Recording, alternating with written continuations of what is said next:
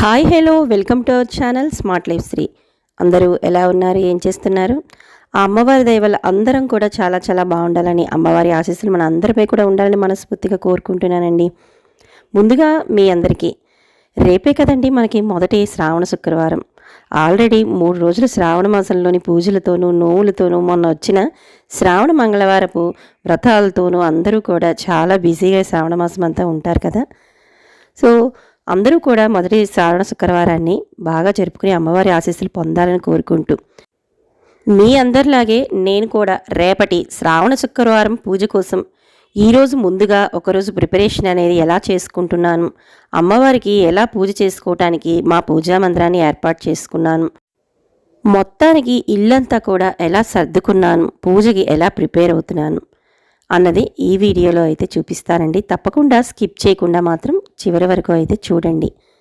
ఇక చూసి అందరూ కూడా లైక్ చేయాలని మనస్ఫూర్తిగా అయితే మీ అందరినీ కోరుకుంటూ, డైలీ వ్లాగ్ లాగే అయితే దీన్ని అయితే పోస్ట్ చేస్తున్నానండి. అంటే ప్రతిరోజు కూడా మనం డైలీ వ్లాగ్స్ని పెట్టుకుంటాం కదా, అందులో భాగంగానే ఈరోజు మా పూజా మందిరాన్ని కూడా నేను ఎలా సర్దుకున్నాను, అంటే మందిరం అంటే రేపటి పూజ కోసం నేను ఎలా ఏర్పాటు చేసుకున్నాను, కొన్ని చిన్న చిన్న పనులు ఉంటాయి కదండి, మరి అవన్నీ కూడా ఒకరోజు ముందే మనం ప్లాన్గా ప్రారంభిస్తే మనకి పూజ అనేది ఈ వారం అనే కాదండి, వచ్చే వారం వరలక్ష్మి వ్రతం చాలా వరకు కూడా హడావిడి ఉంటుంది. ఇంకా ఇలాంటివన్నీ కూడా ఎలా నేను ముందుగా ప్లాన్ చేసుకుంటాననేది మాత్రం ఈ వీడియోలో అయితే షేర్ చేస్తున్నాను.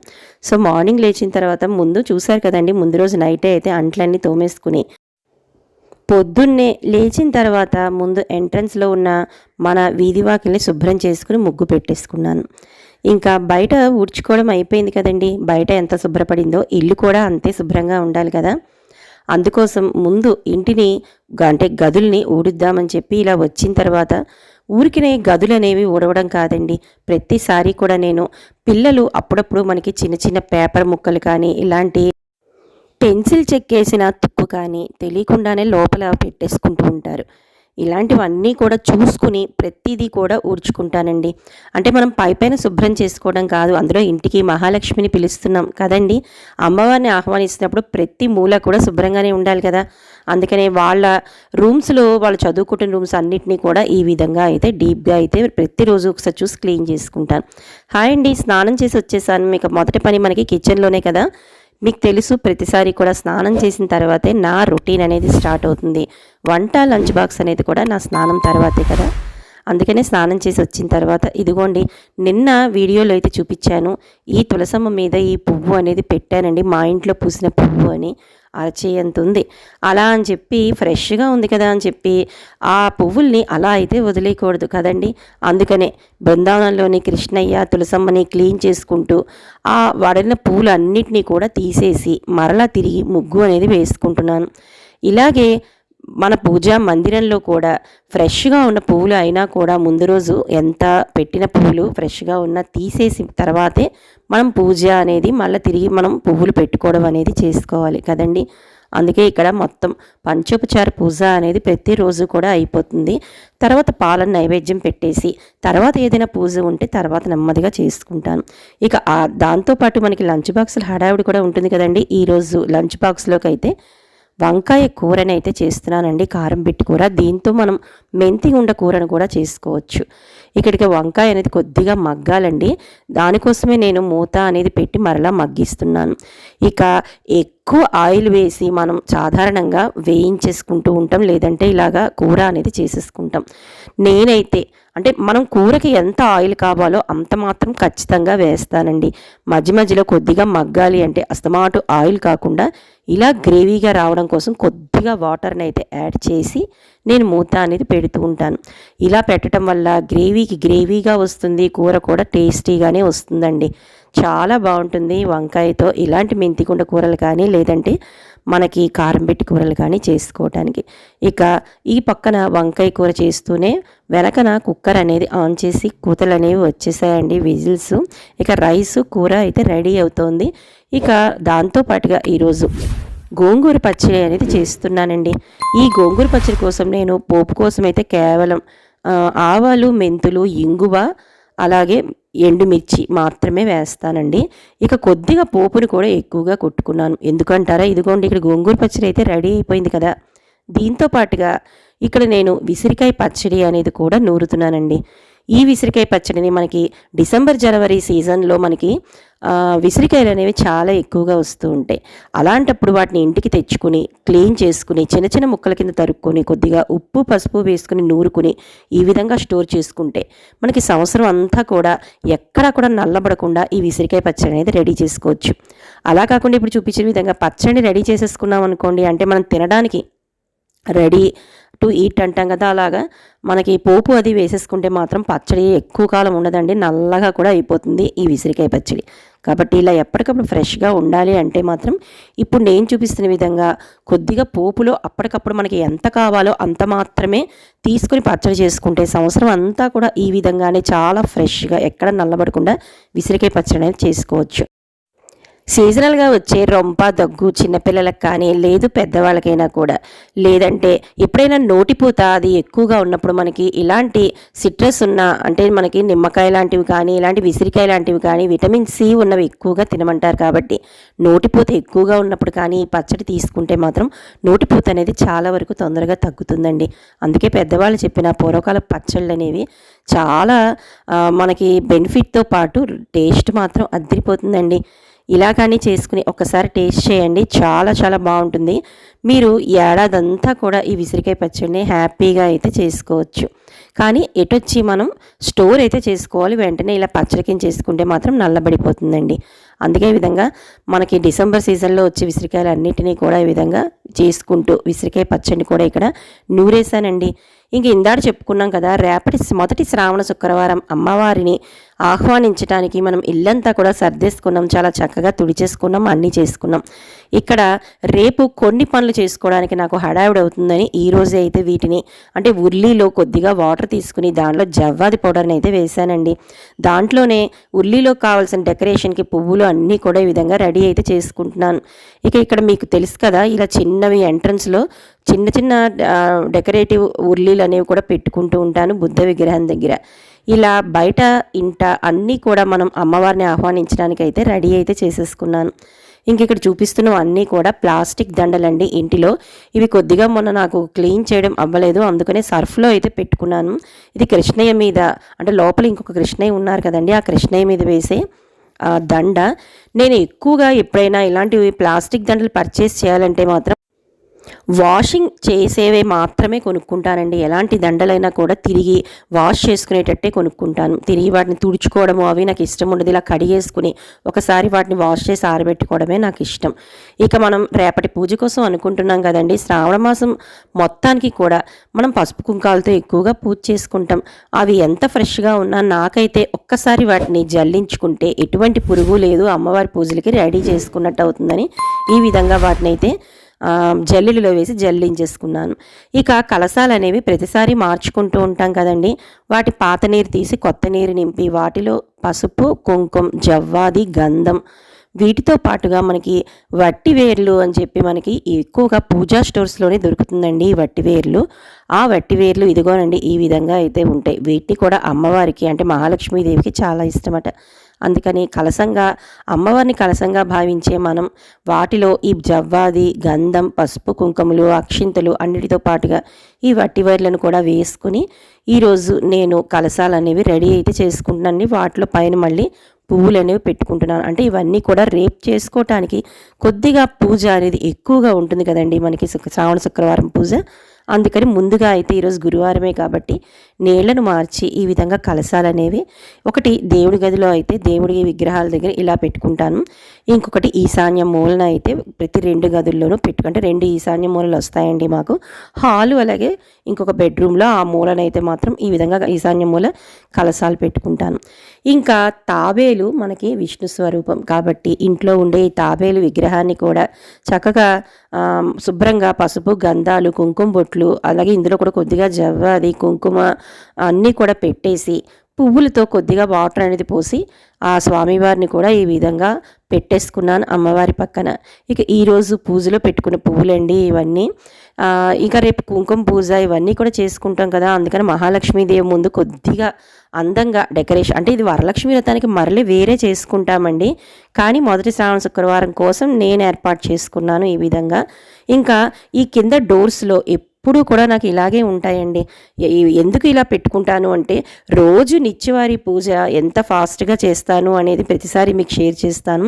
అంటే ఒక పక్క వంట చేసుకుంటూ నేను పూజ చేసుకునేటప్పుడు నాకు ఎందుకు అంత ఫాస్ట్గా అవుతుంది పూజ అనేది కేవలం తెలియడం కోసమే నేను ఏ విధంగా సర్దుకున్నాను అనేది ఈరోజు వీడియోలో అయితే షేర్ చేస్తున్నాను. ఇక్కడ కనిపిస్తున్నవి అన్నీ కూడా ప్రతిరోజు మనం పూజలో ఉపయోగించేవన్నీ అండి. మనకి అగరబత్తులు అన్నీ అంటే పక్కనవన్నీ కొత్తవండి, వాడనివి. ఈ ముందర ఉన్న 2 అంబికా దర్బారబత్తి దాని కిందన ఉంది కదా, ఈ 2 అయితే రోజు నిత్యం డైలీ ఇందులోంచి అయితే వాడుకుంటున్నవి, అవన్నీ కొత్తవి. ఇవి అయిపోతే అవి తీసుకుంటాను. ఇక పయ్యర్లో అవన్నీ చూపించాను కదండి, మనకి ఈ కిందనైతే గంధం, అదేవిధంగా ఒకటి జవ్వాది కదా, ఒకటి వాడుతున్నది, ఒకటి అమ్మవారి కోసం కొత్తది. ఇక ఇవన్నీ కూడా ప్రతిరోజు వెనకాల కనిపిస్తుంది ఉప్పు దీపం పెట్టుకోవడానికి ఉప్పు, రాళ్ళుప్పు అనేది వేసుకున్నాను. ఇక ఇక్కడ చూపిస్తున్నాం అన్నీ కూడా తేనె, రోజ్ వాటర్ ఈ ముందర. ఇంకా ఇదైతే మాత్రం మీకు ఇక్కడ థంబ్నెయిల్ కనిపిస్తుంది కదండి, నేను ఏ విధంగా సాంబ్రాణిని అంటే అందులో అన్ని రకాలు వేశానండి. దశాంగం, గుగ్గిలం, అలాగే సాంబ్రాణి, మైసాక్షి, ఇలా అన్నీ నేను ఏమేమి అసలు వేశాను, సాంబ్రాణి ఇంట్లో ఎలా తయారు చేసుకున్నాను అనేది ఆ వీడియోలో అయితే చూపించాను. చాలా అంటే ఎక్కువగా చాలాసేపు ఏమేమి వేశాను అనేది చాలా క్లియర్గా అయితే చూపించాను. తప్పకుండా ఆ వీడియోని చూడండి. ఇక ఇటు సైడు ర్యాక్లో అయితే అన్నీ కూడా నాకు ఇక్కడ ఆయిల్, అలాగే ఆ ఒత్తులు అంటే ఆవు నెయ్యిలో తడిపిన ఒత్తులు, గంగ నీరు, అంటే నేను ఏ నదికి వెళ్తే ఆ నది నీరు అనేది తెచ్చుకొని కొద్ది కొద్దిగా ఇంట్లో అయితే ఉంచుకుంటానండి. అలాగే ఆవు నెయ్యి తడిపిన ఒత్తులు ఇవన్నీ కూడా ఇటు సైడ్ ర్యాక్లో ఉంటాయి. ఇందాక పసుపు కుంకాలు జల్లించుకున్నాను కదండి ఫ్రెష్గా, వాటిని అయితే రేపటి పూజ కోసం ఈ విధంగా రెడీ అయితే చేసుకున్నాను. ఇంకా మనకి ఏ పురుగు ఏది కూడా లేకుండా చాలా ఫ్రెష్ పసుపు కుంకాలు అయితే ఉన్నాయన్న భావన నాకైతే అనిపిస్తుంది.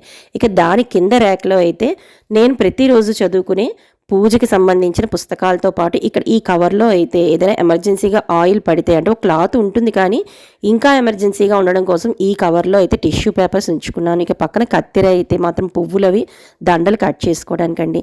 ఇక్కడ ఈ చూపిస్తున్న చిల్లర ఏంటి అనుకుంటారా, నేను పూజ చేసుకునేటప్పుడు అంటే ఇంట్లోనే మంత్రపుష్పం చదువుకుంటున్నప్పుడు నేను ఒక్కొక్క కాయిన్ అయితే తీసుకుని స్వామివారి ముందు, అమ్మవారి ముందు వేసుకున్నప్పుడు, అంటే ఇవి ఒక 1 year పైనుంచి అయితే వస్తున్నాయండి. ఆ చిల్లరంతా కూడా ఈ విధంగా పెట్టుకున్నాను. అది ఎప్పుడైనా కూడా మార్చి తిరిగి ఏదైనా వస్తువు అనేది దేవుడి కోసం అయితే తయారు చేస్తాను, ఇంట్లోకి అయితే వాడనండి ఆ చిల్లరు. ఇక ఈ కనిపిస్తున్న ర్యాక్స్ అన్నీ కూడా అమ్మవారికి సంబంధించినవే ఉంటాయండి. అంటే వెండి పువ్వులు, 108 పువ్వులు, అలాగే మారేడు దళాలు, ఇలా కొద్దిగా పెద్ద పెద్ద పువ్వులు, అంటే మనకి ఇక్కడ అష్టోత్తరాలు అవి చదువుకున్న తర్వాత మనకి ఉంటాయి కదండి పువ్వులు అవి పెట్టుకోవాల్సినవి, అవన్నీ కూడా. అలాగే అమ్మవారికి సంబంధించిన ఐటమ్సే అయితే ఇక్కడ పెట్టుకున్నాను. వీటితో పాటు ఒక ఎక్స్ట్రా క్లాతులు, బ్యాగులు ఇవన్నీ కూడా ఈ ర్యాక్లో అయితే ఉంటాయి. ఇంకా ఇక్కడ మీకు చూపిస్తుంది కల్పవృక్షం అండి. ఇది అందరికీ తెలిసిందే, ఈ మధ్యకాలంలో చాలామంది తీసుకుంటున్నారు. నాకు ఎప్పటి నుంచో తీసుకోవాలి అనిపించింది, కానీ నేను అడగకుండానే మా వారు నాకు ఈసారి వరలక్ష్మి వ్రతానికి చేసుకో అంటే, నాకు వరలక్ష్మి వ్రతానికి ఎలాగ గోల్డ్ చీర అన్నీ పెట్టుకు చేసుకుంటాం కానీ మొదటి శ్రావణ శుక్రవారం పూట అమ్మవారికి ఈ ఇత్తడి కల్పవృక్షము అనేది పెట్టి రేపు పూజ చేసుకోవాలి అని ఈ విధంగా బయట అయితే పెట్టుకున్నానండి. ఇది మనకి కల్పవృక్షం ఇంట్లో ఉంటే చాలా మంచిది అని అంటారు కదా, అలాంటి కల్పవృక్షాన్ని మొట్టమొదటి రేపు శ్రావణ శుక్రవారం నాడు అమ్మవారి ముందు కామాక్షి దీపాన్ని పెట్టుకుని మొదటిసారి అయితే ప్రారంభించాలని ఈ విధంగా ఎదురుగుండా పెట్టుకున్నాను. ఇంకా మా ఇంట్లో ఒక కొత్త ఇత్తడి ప్లేట్ అనేది ఉందండి. దాంట్లో రేపు మనం అమ్మవారిని ఫస్ట్ అంటే మొదటి రోజు ఎప్పుడు ఇంట్లోనే తిష్ట వేసుకునే ఉంటారండి, అమ్మవారు ఎక్కడికి వెళ్ళిపోతారు చెప్పండి. కానీ పూజ శ్రావణ మాసం మనం ప్రారంభిస్తున్నాం మొట్టమొదటి శుక్రవారం కదండి రేపు. అందుకే అమ్మని కూర్చోపెట్టి అమ్మవారికి చక్కగా ఈ కొత్త పళ్ళల్లో ఇవ్వవలసిన సుమంగళి ద్రవ్యాలు అన్నీ కూడా, అంటే పసుపు, కుంకుమ, అద్దము, కాటుక, చందనము, బిళ్ళలు, గాజులు, ఇక చిన్న చిన్న మంగళసూత్రాలు, మనకి మట్టెలు, నల్లపూసలు, కుంకుమ భరణే, పసుపు కొమ్ములు అన్నీ కూడా కొత్తవి ఈ విధంగా పళ్ళెల్లో, కొత్త పళ్ళెల్లోనే రెడీ అయితే చేసుకుని ఉంచుకున్నానండి. ఎందుకంటే రేపు అమ్మని పూజకి ఆహ్వానించేటప్పుడు అంటే వరలక్ష్మి వ్రతానికి మళ్ళీ ఎలాగా అమ్మవారికి సపరేట్గా పెడతాం. ఇక రేపు ఆహ్వానించి అమ్మని కూర్చోపెట్టి పూజ చేసేటప్పుడు ఇవి అమ్మవారికి ఇవ్వాలి అని ఈ విధంగా రెడీ అయితే చేసేసుకుని ఒక కవర్లో అయితే పెట్టేసుకుని లోపల పెట్టేసుకున్నానండి. ఇక పూజ కోసం అంటే రేపటి పూజ అయినా కూడా లేదు మనకి వరలక్ష్మి వ్రతానికి అన్నిటికీ కూడా ఎక్కువగా మనం ఇత్తడి సామాన్లే వాడుతూ ఉంటాం. అంటే ఎంత వెండి సామాన్లు ఉన్నా ఎన్ని ఇత్తడి అసలు పూజకి ఎన్ని వెండైనా ఇత్తడైనా బంగారం అవనండి రాగి అవనండి ఎన్ని ఉన్నా కూడా మనకి తనివి తీరదండి. పూజకి ఏదో ఒక వస్తువు అవసరానికి అవుతూనే ఉంటాయి.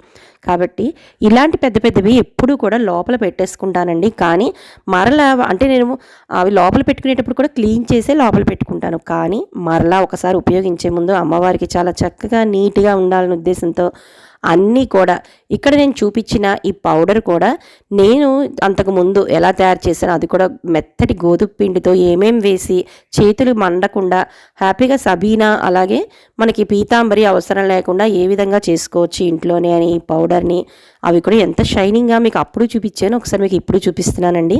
అలాగే ఇలాంటి పెళ్ళేలు ఎన్ని ఉన్నా కూడా మనకి పూజల్లో అస్సలు మనకి సరిపోవండి. అందుకే ఇలాంటి పెద్ద పెద్ద పళ్ళాలు ఇలాంటివి ఉత్తప్పుడు మనకి అవసరం ఉండదు కదా నార్మల్ డేస్లో.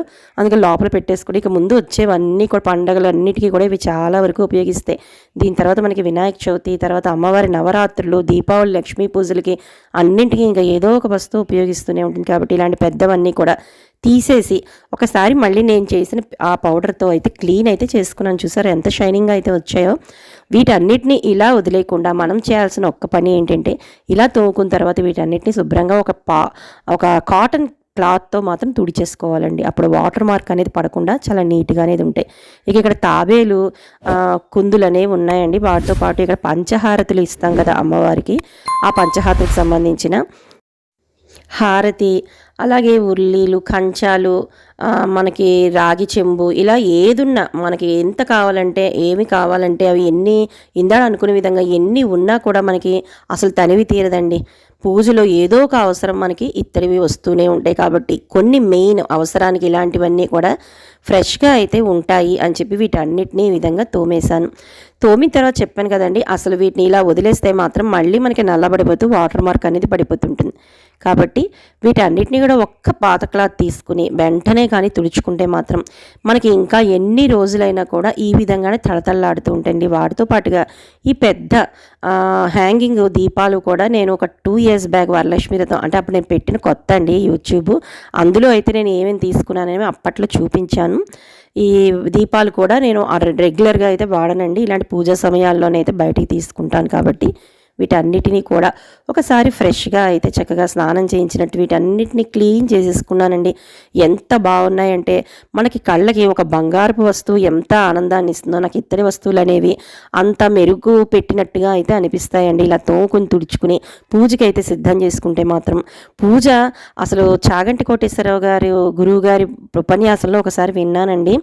మనం పూజ అనేది ఎంత చేస్తామోట అంటే పూజ చేసే కన్నా పూజకి మనం ఎంత రెడీ చేసుకుంటామో అది కూడా మన పూజలోని భాగమే అవుతుందిటండి. అందుకే మనం వరలక్ష్మి వ్రతానికి మనం ముందు అంటే రేపు మొదటి శ్రావణ శుక్రవారైనా తర్వాత వారం వచ్చే వరలక్ష్మి వ్రతమైనా మనం ఈ ఏర్పాట్లన్నీ చేసుకుంటే పూజని ఇక్కడి నుంచి స్టార్ట్ చేసినట్టే. ఇక ఇందాకడ నేను ఫస్ట్లో పెట్టుకున్నాను కదండి, అవన్నీ క్లీన్ చేసుకుని అవన్నీ కూడా ఆరిపోయి అలాగే బట్టలన్నీ ఆరేసుకున్నాను. ఇంకా ఆరేసుకున్నవన్నీ కూడా ముందు ఆరినవన్నీ కూడా తీసుకొచ్చి అలా కుప్పలా మాత్రం పడేయకుండా వెంటనే మాత్రం మనం మడత పెట్టుకుని లోపల పెట్టేసుకోవాలండి. ఎందుకంటే పూజా సమయాల్లో అమ్మవారిని ఆహ్వానించాము అంటే ఇల్లంతా కూడా చాలా వరకు ఆహ్లాదంగా ఆనందంగా చాలా శుభ్రతగా అయితే ఉండాలి కదా. ఇదిగో ఇంకా అన్నీ చేసుకున్న నాకు ఆకలి అయితే వేస్తోందండి. కుక్కర్ అయితే పెట్టుకున్నాను. ఈ కూసేలోపు ముంద వాళ్ళకి బాక్సులు ఇప్పుడు పంపించాం కదండి, ఇవన్నీ ముందు ముట్టుకుంటే మనం ఇంత పని చేసుకోలేం కదా. ఇంకా దేవుడికి సంబంధించిన పని అంతా అయిపోయింది కాబట్టి అంట్లన్నీ తిరిగి మళ్ళీ క్లీన్ అయితే చేసేసుకుంటున్నానండి. ఎందుకంటే నాకు అలా ఎప్పటి అంటూ అప్పుడు క్లీన్ చేసుకోకపోతే ఇల్లు అనేది శుభ్రంగా లేకపోతే మరి మైండ్ అనేది సరిగ్గా అంటే నెక్స్ట్ ఇంకా చేయాల్సిన పనులు ఏమైనా ఉంటే మాత్రం వాటి మీదకి వెళ్ళదండి. అందుకే ఎప్పుడూ కూడా ఇలా నీట్గా ఉంచుకోవడానికే నేను నేను ఇష్టపడతాను. ఇలా 1 బై 1 చేసుకుంటూ రేపటి పూజ కోసం అయితే ఈ విధంగా ఇల్లంతా కూడా శుభ్రం చేసుకుని అంట్లతో సహా క్లీన్ చేసేసుకొని బట్టలన్నీ మడత పెట్టేసుకుని రెడీ చేసి అమ్మవారి కోసం ఎదురు చూస్తున్నాను.